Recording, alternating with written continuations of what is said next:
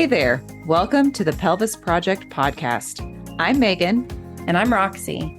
We're two pelvic health experts brought together by passion for our careers, entrepreneurship, motherhood, and the desire for intentional relationships. Join us in our mission to spread pelvic floor awareness and start conversations surrounding the truth behind genuine health, imperfect wellness, and joyfully navigating life. We are so glad you are here with us. Let's start the conversation.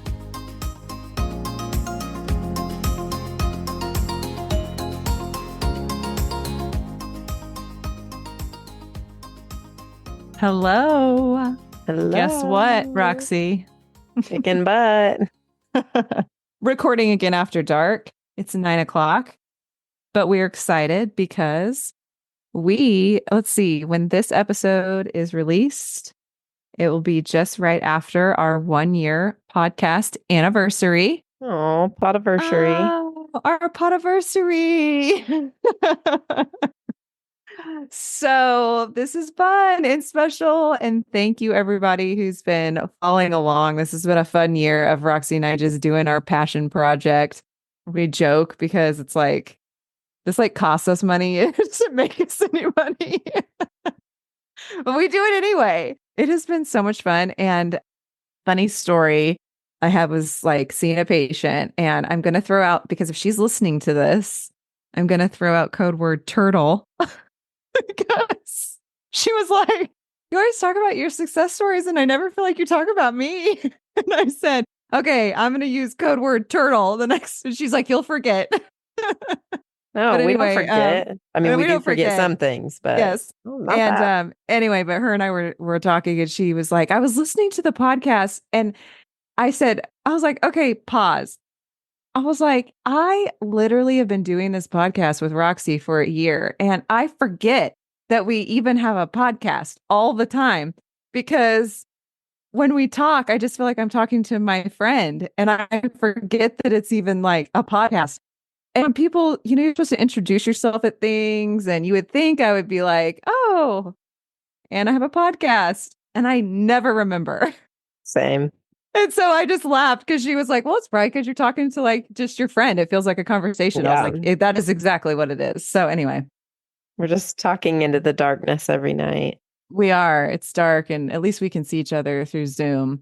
I've been asked that question too. Like, where do you go to record this? I'm like, my laptop and my office and a microphone, and the door's closed, because we've learned a lot in our podcasting time do you remember in the beginning, we kept having background sound, and it was my dog in the room and his collars were like moving.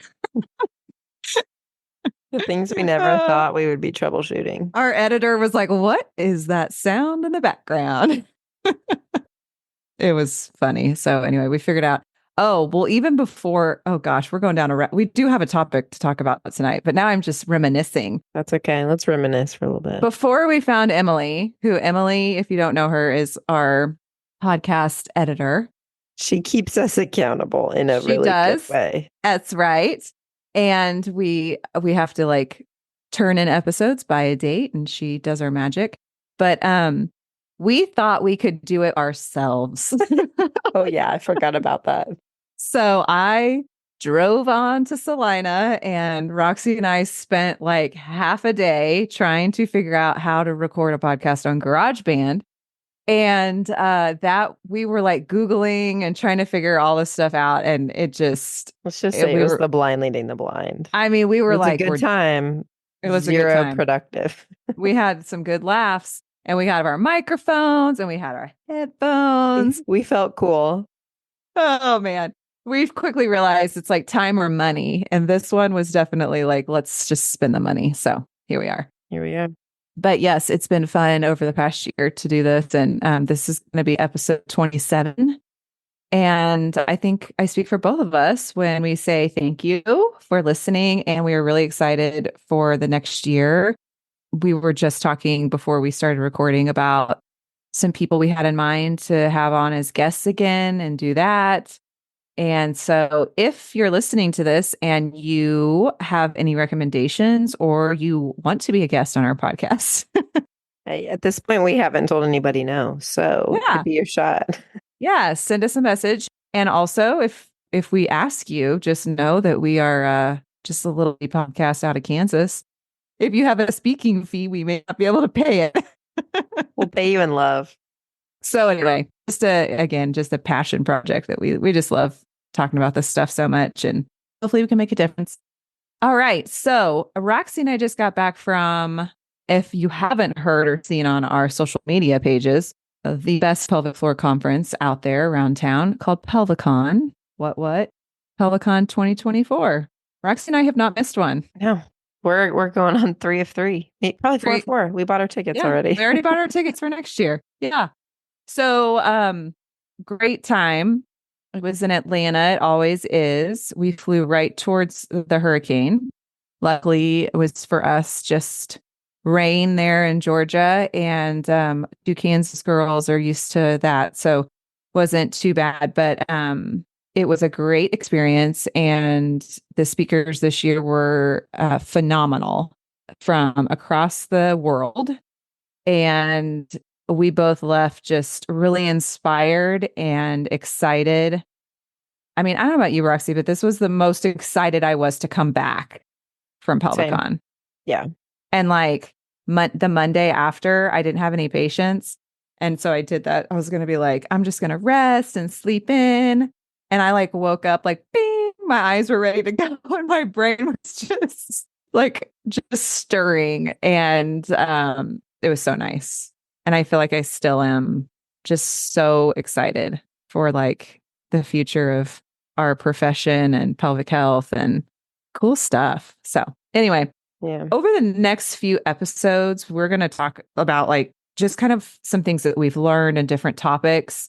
There was a handful of different speakers, with each of those. Obviously, there's some areas that maybe we don't see as much. And so, it's like, yes, we still learn something, but it's not that what we're doing day to day. But we're just going to kind of like, over the next few probably episodes, do almost like a Pelvicon series, if you will, but not really. But it's really just kind of like talking about topics of what we've learned and hopefully some pearls that everybody can take away.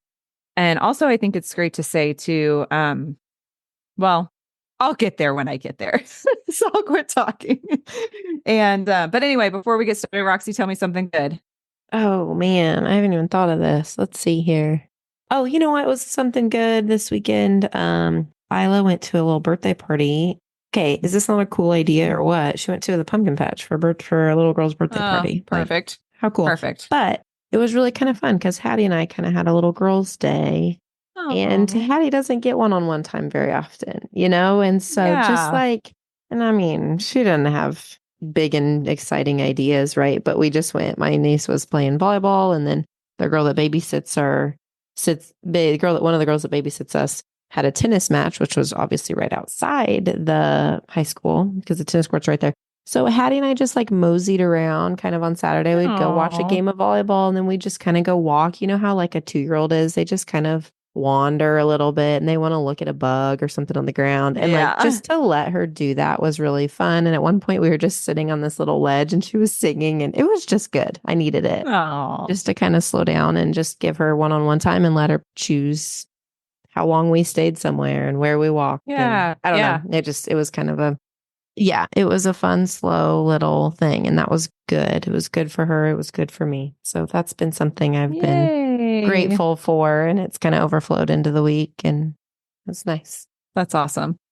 My Tell Me Something Good was probably today. So Tuesday nights, our clinic is hosting a small group training. And I have been thinking about if we had space, I would stay and work out. I mean, and technically, if like it was full, I still could. But anyway, we had some space this evening, and so my daughter came up and did the group training with all of us.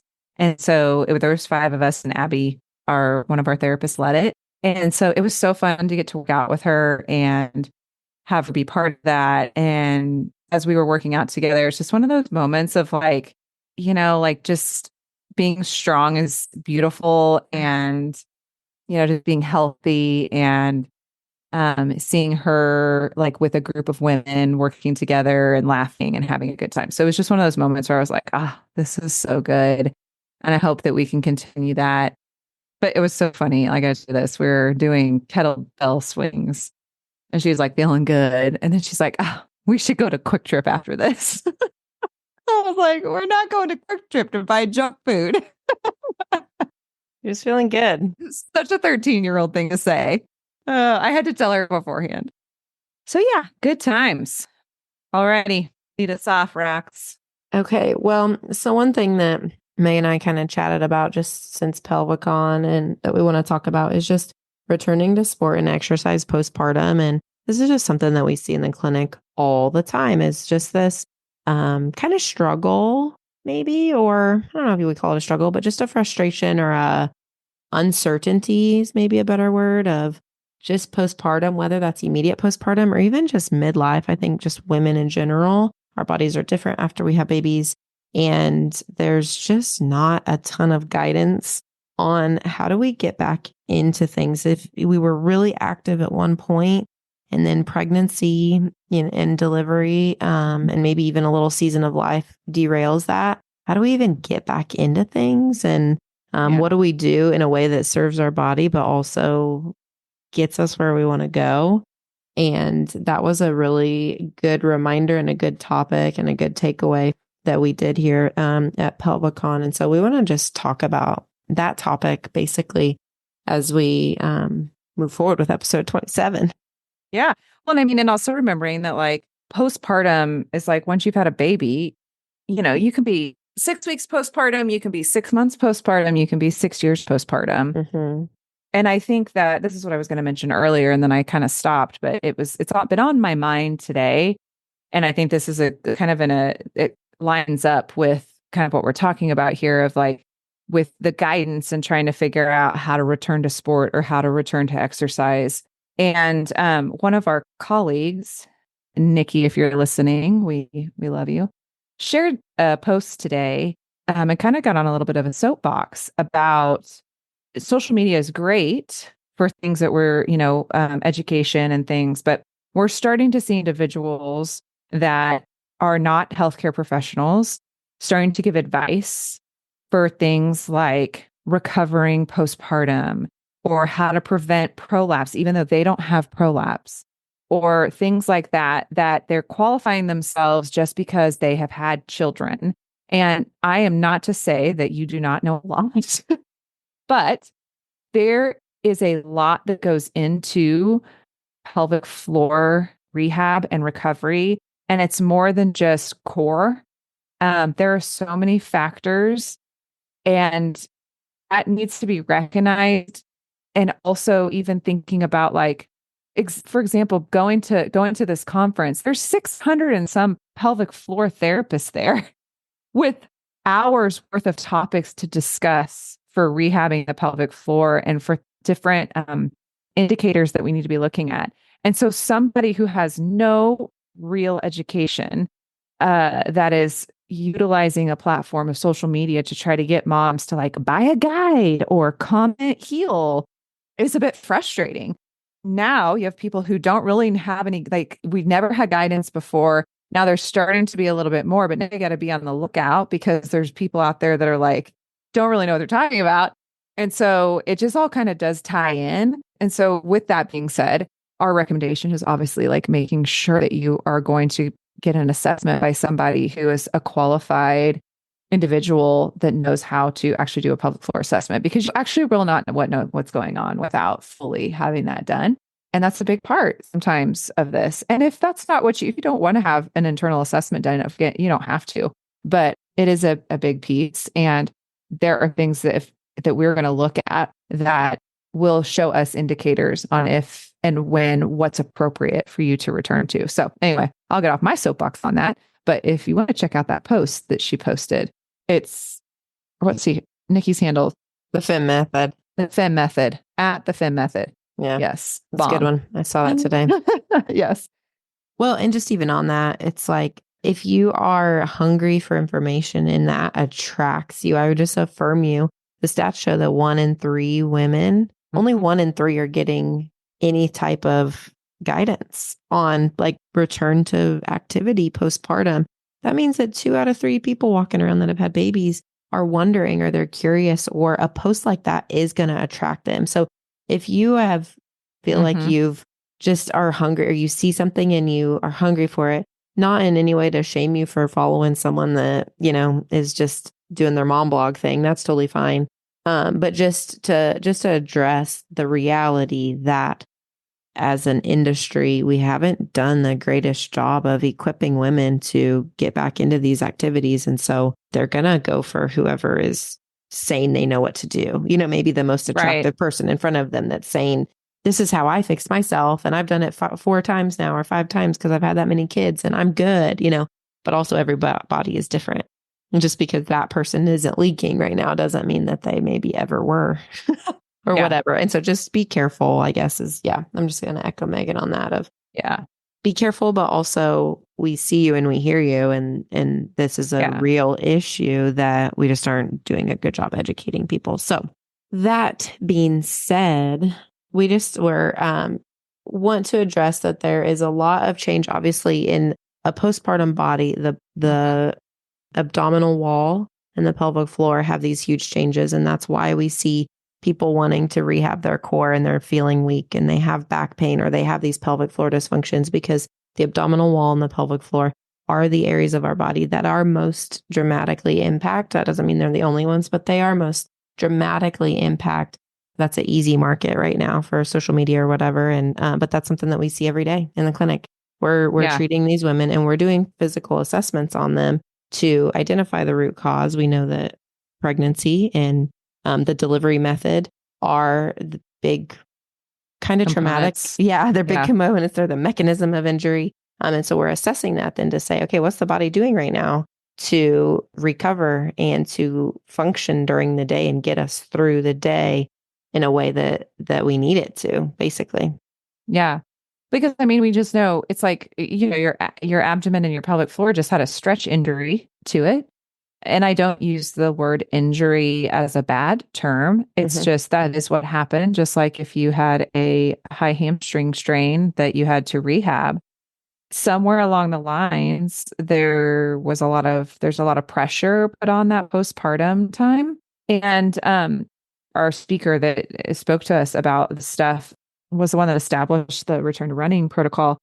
She talked about how it's meant to be kind of like a framework or a guide. And everybody's different. Even though the protocol might show a certain, might say a certain thing, you might have an individual that's just not quite ready for that. And I see that very frequently. And honestly, I don't know about you, Roxy, but my most successful postpartum women are the ones that I can get to kind of like take a beat, really honor and spend time in the space of what their body just did. And in that time, we might be doing some breath work and we're retraining that TA how to kick on and to find the TA. We might be doing some like foundational stuff. If they can stick with me through that and not just want to jump ahead, then after we get through that, we're able to see the progression a lot more quickly. When we talked too about, this was a common theme, and we'll probably repeat this over and over in episodes, of the pillars that we need to be focusing on as far as having stress management, nutrition, movement, and sleep. And if you think about in that postpartum time, if you're having a lack of sleep and you're exhausted, your hormones are changing. Who knows if you're having time to eat, depending upon how that baby's doing, where's your stress, self-care management at? And so all of those are going to impact your desire and ability to find time for movement. And something I really work on with my postpartum moms is, or in those early days, movement can mean a lot of different things. And just because what we see on social media or on TV of like going to a structured class, just because we see that doesn't mean that that's how it has to be. And we can get creative on how we're going to get that movement in those early days. And also, it's okay to also know that it might be that your exercise that I want you to do is the exercise of sleeping. So in a nutshell, we got to cut some slack, give ourselves some grace, and not be so critical of ourselves. Yeah, I haven't ever had a patient say, man, I think we just spent way too much time on getting these I foundational know. aspects like really dialed in. If Yeah. like what I hear most is like, yeah, I kind of jumped into that too early and I can tell like my Yes. body doesn't feel good or I'm hitting a wall.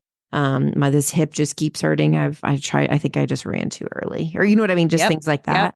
It's like slow and steady really does kind of win the race. If I just tell women, I'm like, I can promise you that if you are really diligent and conservative on the front end, you'll make up for lost time that Oh, you're yeah. losing on the back end by putting in the work, putting in that foundational, like building a good framework for helping your core coordinate and helping your pelvic floor recover and coordinate and really dialing in the basics. You'll fly through then when you start to try to get back into running or lifting. Like we see it all the time. Like trust the process kind Yeah. of just slow and steady, like put in the work on the front end, go nice and slow, listen to your body.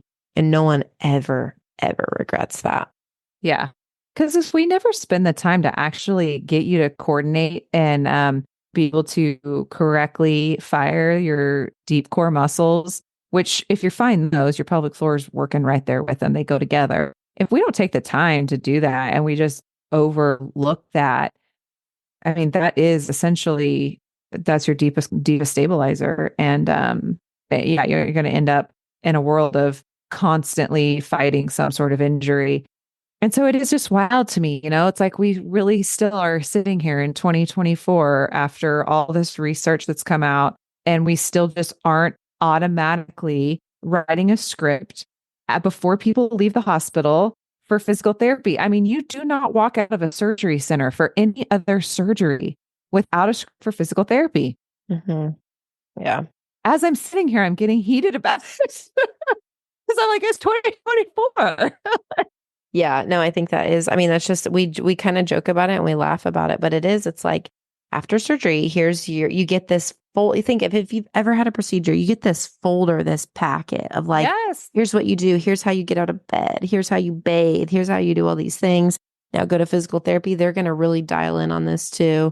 And there's all these like protocols and precautions, and even as therapists, like we get protocols that the surgeons like. We get their recommendation. They are a part of that healing, even though they delegate that to the rehab professionals. They also are like very much advising and they're in the thick of it and they have preferences. And it just isn't like that postpartum. It's like, okay, do nothing for 6 weeks now, 6 week checkup, you're good to go, and like in a year. Yeah, like not yeah, see you if you need me. And not only that, like you're good to go exercise and go have sex. Like just the two of them. Like just do it. You just had a baby. And like for any female that has had a baby that is in provider role knows we have to restart rephrasing and reframing what you can go back to exercise means.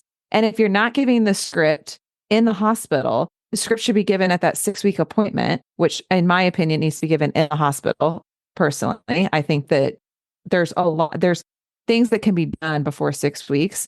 If someone even starts, well, personally, you should just be seen while you're pregnant. That's when the script should start. Because if you can lay foundational tools in while someone's pregnant, then they are able to tap into those 2 to 3 weeks postpartum. So by the time they come back in and see you, they're already doing like a home program that you established for them in the first few weeks, which is beautiful. Those typically are the ones that are doing a bit better. This whole, like, okay, you can go exercise. Well, let's rephrase that statement. How about let's start some rehab so that you can safely return to exercise without limitations or something like that. Well, even I think, yeah, I think to contrast that even of like right away they give us stool softeners because they know that first poop is Yes. rough, so it's Yeah. like, so if we know that the first poop is rough, Yeah. isn't it safe to just kind of generalize and say the first time there's going to be penetrative intercourse, that might be kind of rough and like, let's help you out. Here's some ways you can do that, or here's some recommendations, or here's therapy. Like, so I mean, I just think that that's an interesting, like, if we really contrast that and we really look and see where's the guidance being given and where isn't it being given. And why is that not generalized together, kind of, if we actually think about that? And it even goes back further, to Michelle Lyons. Roxy and I did a post-con session with her, and we'll talk about that one later, is about menopause. But she said something that made me laugh. She was like, okay, raise your hand how many of you, they talked about like menopause in school and, taught you about menopause, and nobody raised their hand. She's like, how many of you dissected a frog? And everybody raises their hand, and she was like, and how much did that help you in your life? And we're all laughing because it's like learning about hormones and what our body's going to go through would have been way more beneficial. And so, in that, with pregnancy, I know for myself personally, nobody educated me on that if I was going to breastfeed, or even in those early, regardless of that, but like, especially if you're breastfeeding, like you're depleted in your estrogen. And so you're going to have vaginal dryness. And I literally thought for myself, nobody told me how long I was going to bleed for. I remember calling and saying, like, is this normal that I'm still bleeding? And I felt like I had a chronic yeast infection, some sort of like, I don't know, UTI, something. And I would call and they would just like call me out of script and that wouldn't work. And they call me out of different something or other. I mean, I was doing creams, all other stuff. Nobody mentioned anything to me like, hey, this could be that it's, because you're nursing and you're lacking estrogen. And finally, I don't know who it was. Maybe it was my lactation consultant. Praise them. Oh my, I can't even say enough about them, that mentioned something.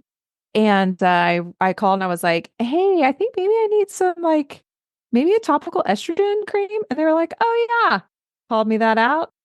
Obviously, don't use a ton because I was nursing, didn't need much. And guess what? That chronic yeast infection feeling went away. And I was like, seriously, nobody talks about that stuff. There's no education in it. And so that's where too, if you can get in with obviously not every pelvic floor therapist is treating the same way, but these are conversations that if you're starting to go to pelvic floor therapy prior to delivery, that education can be happening on, hey, these are some of the things that you might notice. And if that happens, send me an email or I'm happy to chat with you. Let's talk through it and advise on who they should talk to and what they should say and how to help them be an advocate for themselves. So all of the education piece is definitely lacking. And like you said, Roxy, like the packet you get post surgery from any other procedure is wild. We got to do better. Yeah. I mean, that's everything, right? Like here we are. We're just doing our little piece of the podcast here. Yeah, I know.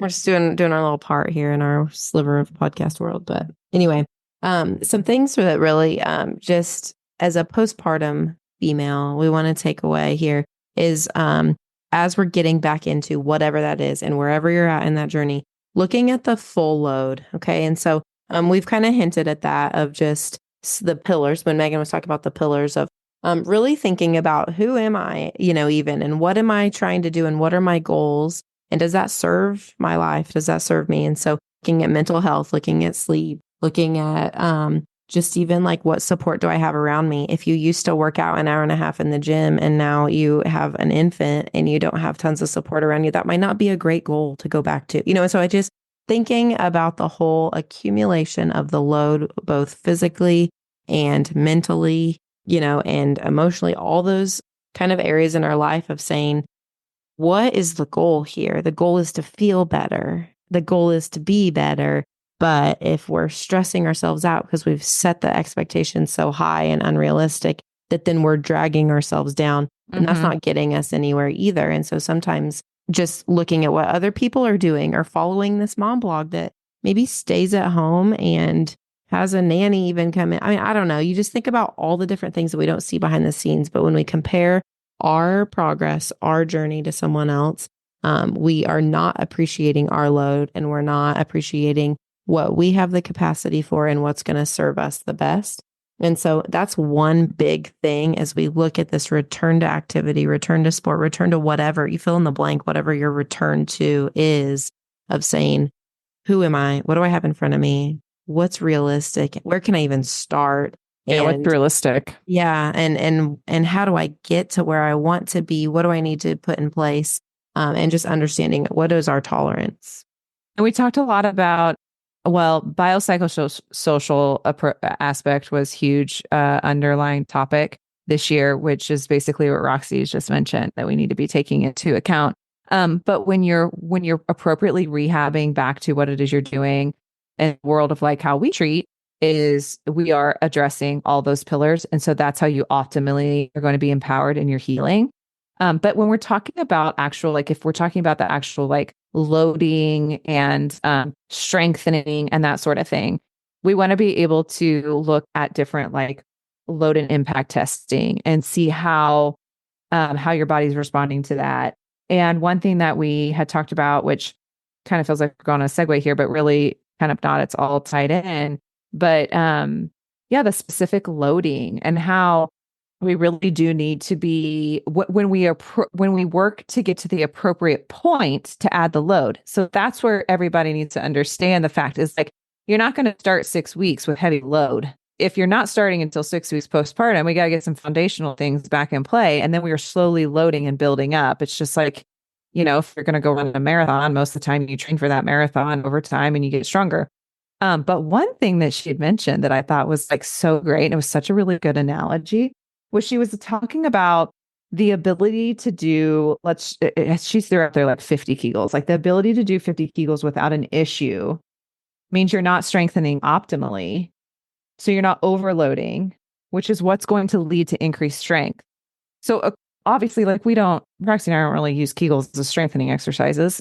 But when she pointed that out, it was such a good scenario because or example, because she goes, imagine if you go and you do a 50 bicep curls every single day with a 5-pound weight, every single day you do the 5-pound weight bicep curls, you're never going to get stronger because you're never overloading. That's one of the things when you're working with a proper rehab pelvic health provider, that they're going to load and change you appropriately to build the strength. And you have to be able to know when to do that and how to do that. And that's why we'll circle back one more time because we have a big beef with the Emsella chair and the V-tones and all the things that you insert into the vagina that's going to cause, quote unquote muscle or hundreds and thousands of Kegels. Well, like you shouldn't be able to, like, that's not, when we say it's not functional, like that is not going to help you get stronger at all. Yeah. And that right there you is might as well pump example. your fist 5,000 times a day and hope that helps you do a pull-up. That's not. Right. We would laugh at that. We laugh at that idea. Like, why would you do 500 hamstring curls? Like, no, we're not going to do that. So why would you do machines that are claiming to do this many Kegels and like save you time, and don't bother wasting your time going to pelvic floor rehab? You can just sit here and it's going to just jazz you up. So, but I was like, yeah, of course. Like these analogies just are so helpful, right? Because it puts it into perspective when you're kind of thinking about like other muscle groups. So that was a really good one for me that I took away, because again, it's like, that's not what we want to do. And we do know as professionals in our field, when we are seeing certain things, when it's appropriate, we need to add load to it and challenge and move. And like one thing I heard tonight in small group was she was struggling with some kettlebell swings because of some symptoms that she was having. And Abby working with her, and I, overheard her and say like, how did that feel when you changed this? And she's like, okay, the first 2 or 3 were really great because she was loading it. She had heavy weight, which was amazing, but she loaded it for 3 reps. It's like, okay, we loaded it for 3 reps and that's what we could do then. And then that's where we build.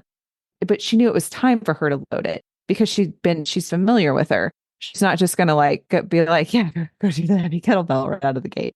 So anyway, it was just really awesome.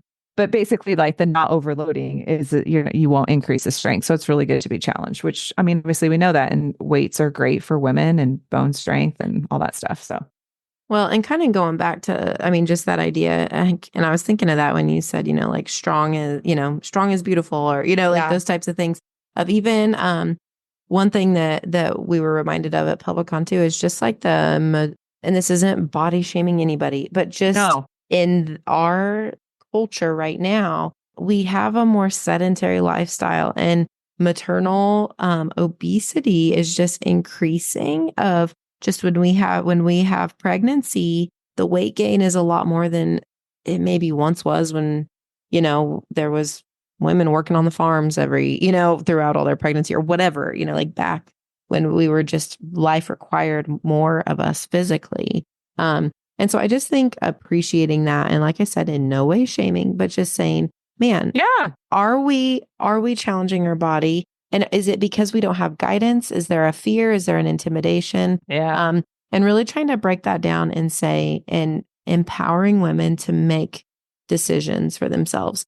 If a regular workout routine isn't in the cards for them for a little season, then like we definitely have grace for that. And we appreciate what's all going on with people's lives. But I think just appreciating what are the barriers. I guess what I'm trying to say is, let's help. We want to help take down the barriers that women are coming up against postpartum as they're trying to become more active. And are they being discouraged? Are they feeling discouraged because they don't know what to do, or they hit pain, or they hit symptoms, or it's intimidating, or that's overwhelming because they're making a lot of decisions for all these little kids and what to eat and, what play group to be in, and all this decision fatigue, that then to create their own workout or to try to even tackle this idea of return to activity is just another decision that adds to this decision fatigue idea. And so just appreciating where are we at and what are we doing? And are we helping women to return to sport in a way that serves them, not sport. I mean, replace it with anything, right. Return to activity, return to their mom being workout, able to take care of your other kids. Yeah. Return to playing, return to getting up and down off the ground without pain, yes. return to fill in the blank. I think if we really just looked back at these takeaways, it's basically thinking about what's the load tolerance. What can a mom handle after she's had babies? What can her body handle physically, mentally, emotionally, all the things? Identifying that. And then are we overloading it, or are we just mundane going through motions? Because man, if a mom is going to do a workout, let's make it worth it, man. Like if she's going to take the time to do exercise, we want her to have the fruit of that. And so if she's doing the exact same thing every day, that might help her a little bit and check mark the box. But like, is it physically helping her be the woman that she's trying to be? And then just even thinking about then, kind of thirdly here of just, are we taking barriers? Are we removing barriers? Can we remove more barriers? And how can we encourage and empower through this podcast, through the people that we're working with, through just even as a culture of society of postpartum women? Can we be encouraging each other to be more active and to not be self-conscious or to not be in the overwhelmed place, and just lift each other up in that way? Megan, anything else you want to add? No, I was just sitting back. I was like, preach it, sister. No, I know it is a vulnerable place. And one thing that I've had a couple of people that we've been working on is a sense of, so many women tend to be perfectionists with an all or nothing mentality. And if they can't do it every single day, then they're a failure. And then I'm just not going to do it at all. So one thing that I've been coaching and practicing with people is saying, okay, so for you in this next week, 2 times is 100%. Small steps. Yeah. Yeah. Ideally, in an optimal situation, love for you to be able to do more than that. Sure. I, for myself, wish I could do it more than that. But it is something that you have to practice. It's something, I mean, as somebody who's a recovering person who is like a perfectionistic mentality of, it used to be an all or nothing for me. I got humbled real quick when I stumbled into, just my autoimmune stuff. I had to learn that 100% can also mean like 2 days a week, like that, because that's the best way of how it can serve my body in that season. If on top of that, you're also dealing with lack of sleep and lack of nutrition and lack of support and overwhelm and brain fog and all those hormonal changes too that are going on. So it's so beautiful if you can just like allow yourself to be in it and not try to fight your way out of it. And so, yeah, we're just like hoping that we can be like one small piece of that for somebody, And that's why it's just great when we have people come in while they're pregnant and then we can see them postpartum. And it's just such a cool thing. I feel like it's like, you talk about like, I always think of like the Lion King, like the song, like the circle of life. But like, it's so fun to see somebody like before they're even pregnant that you're helping them out with something. And then they come in and they're like, oh my gosh, I'm pregnant. And then like you see them when they're pregnant and then they have the baby and then you work with them postpartum. And then sometimes you like see them like in that season of like they get pregnant again. It's like this whole cool like thing that happens. And I'm just so incredibly proud of each and every woman that comes into the clinic and puts the work in. And again, like not feeling bad if you're not in the world of 2024, even if you live in a small town and you do not have a pelvic floor therapist right by you, all of us are able to do virtual appointments. And I guarantee you there's somebody in your state that can. And then if out of state, just being able to do a consult of coaching of like what you need to find. But yeah, there's options now, which is really cool. And even if like your best option is like some online on demand exercise classes to also potentially be able to make a virtual appointment with a pelvic floor therapist so that they're able to have you self-assess and be able to give you that guidance that we're talking about for that return. So that it's not like you're just leading yourself blindly through it. So it's really, really awesome what we're able to do now. Even not in person is, yeah, really cool. Okay. And since it's getting close to the holiday seasons, I'm going to put a quick little plug in for a neat little, I don't know, project that our clinic is doing with a gal who's an aromatherapist. She's called the Blossom Bar, but it's called 12 Days of Holiday Calm. So I'm just going to put a plug out there. I get nothing out of this. This gal, the Blossom Bar has made, it's called 12 Days of Holiday Calm. So if you need it or if you're looking for a gift for somebody, it's a really neat thing. It's like an advent calendar. So you open it up and there's 12 little tiny bags. And every day you open a bag and there's different things in them. Like there's oil in some, there's a tea in some, a chocolate, I think, like a little satchel thing with full of lavender. And she walks you through these moments of calm and mindfulness just for you to pause and for you to be present in the moment. And so I think every postpartum mom can benefit from one of these. But a really cool kind of sidebar with that too is you want to hop on our Instagram or well, and hopefully Emily can put in the show notes. Oh, yeah, we can link it in the show notes. But if you use our little code, we are donating our $10 affiliate bonus thing to a Homestead Ministries, which is here in Kansas. And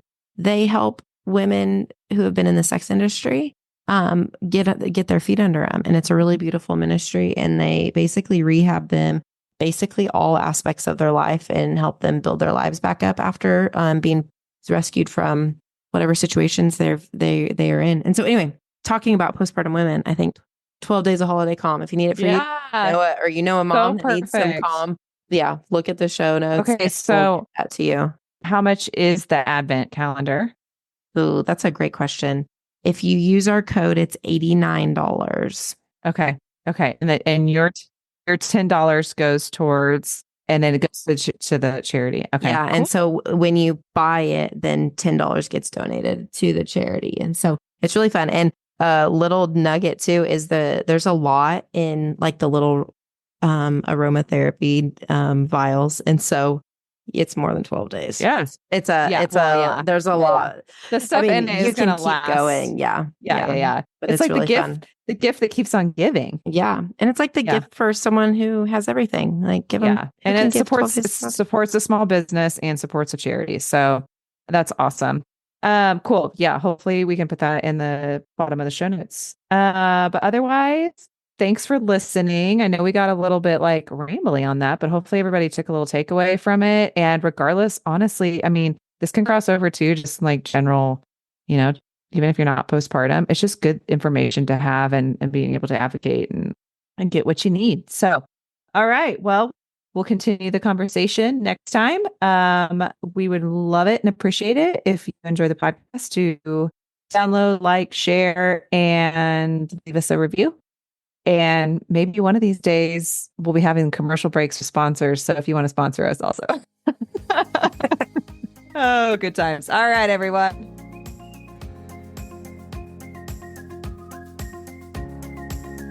Thank you so much for joining us this week on the Pelvis Project podcast. Help us continue the conversation by liking and sharing this episode with friends. And if you really want to do us a solid, leave us a review. If you'd like to follow us on social, check out the show notes for links. And remember, this week, take a deep breath and relax your pelvic floor.